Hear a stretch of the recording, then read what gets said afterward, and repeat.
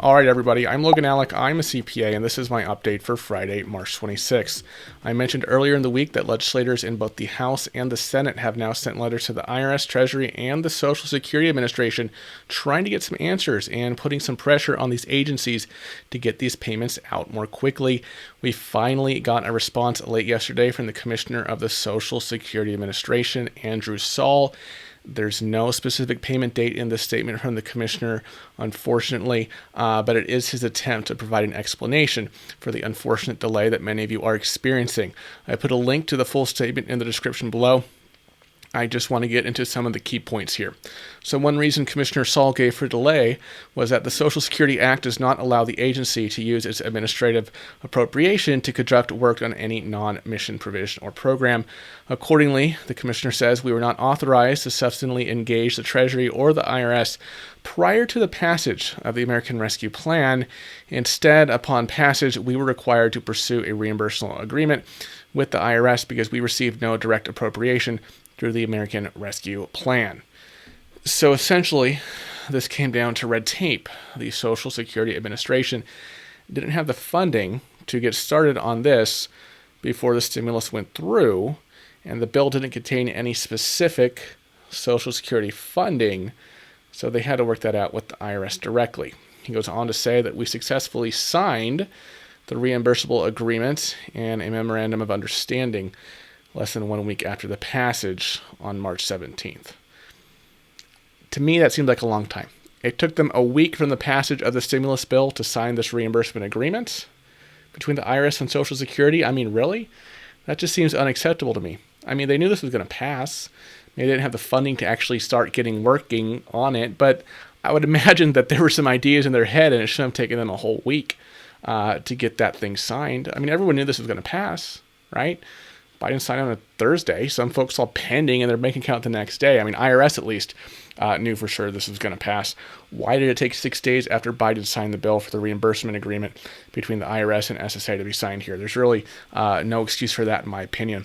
Commissioner Saul goes on to say a few days later, another delay. On Monday, March 22nd, the Social Security Administration sent initial test files to the IRS. Again, why didn't they have these test files ready to go earlier, right? Biden signed on the 11th. The IRS confirmed testing success on Wednesday, March 24th. Production files were delivered to the IRS before 9 a.m. on Thursday, March 25th. That's yesterday.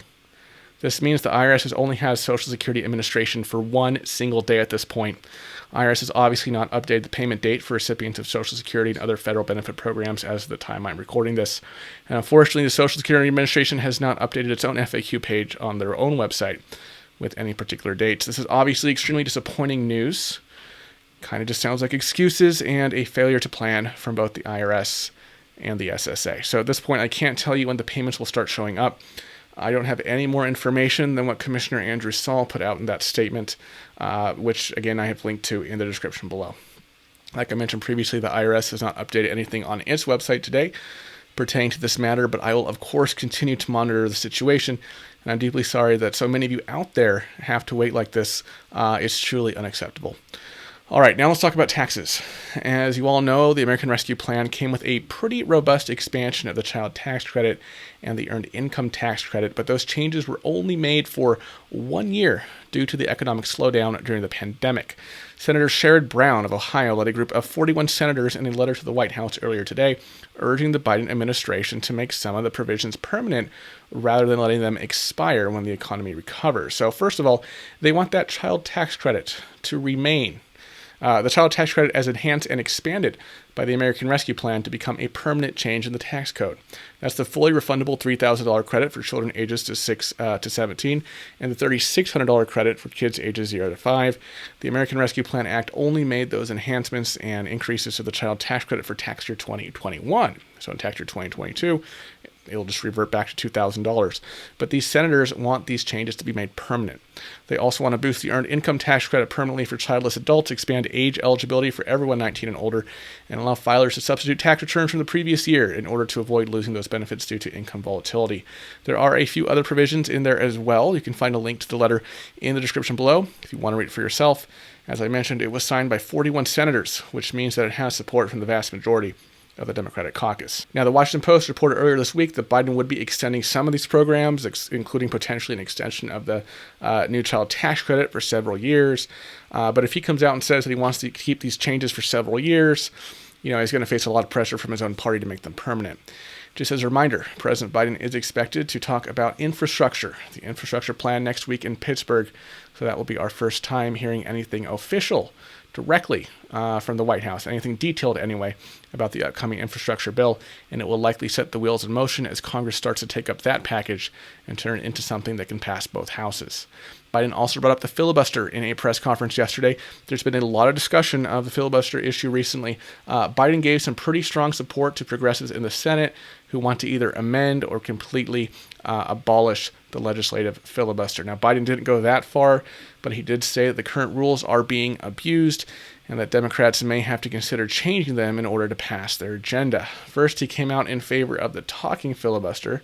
That's something he's brought up before, but he went on to say that he has an open mind about dealing with certain things that are just elemental to the functioning of our democracy, like the right to vote, like the basic right to vote. He said, we've amended the filibuster in the past. We're going to get a lot done. And if we have to, if there's complete lockdown and chaos as a consequence of the filibuster, then we'll have to go beyond what I'm talking about. Okay, so that's a pretty cryptic answer. It sounds like he might consider going even further than requiring the talking filibuster, but he didn't come out and say we should get rid of the filibuster. He didn't say that directly. So this is definitely something that's gaining more traction. The president has mentioned it on a few occasions, and more Democrats in the Senate are talking about the problems with the filibuster and the need for change, right? Especially since the Senate is 50-50. So I'm still not convinced that progressives are going to get enough momentum to actually remove the filibuster, but it's a lot more realistic maybe than it was a few years ago. There's at least pretty unified support for the talking filibuster within the Democratic Party anyway. And regardless of what any Democrats are saying now, they might feel a heck of a lot differently in 6 months if they aren't able to get anything past the filibuster in that time. All right, everybody, that's all I have for you today. I really, truly do hope that the Social Security Administration, IRS, give us more concrete details about a timeline next week. It was nice to kind of hear at least something from the Social Security Administration about why there is this delay. Obviously, that statement was not completely satisfactory. It didn't really give any concrete expectations as far as the timeline goes. But of course, I will be closely monitoring the situation into the weekend and next week. So thank you for watching. If you have time, please do check out my City Double Cash review that I released on the channel this morning. This is a credit card that I have. It gives 2% cash back on everything, no annual fee, and right now it has a 0% introductory APR for 18 months on balance transfers. There's a link to that video on the next screen. I'll see you over there. Have a great Friday, everybody. Bye-bye.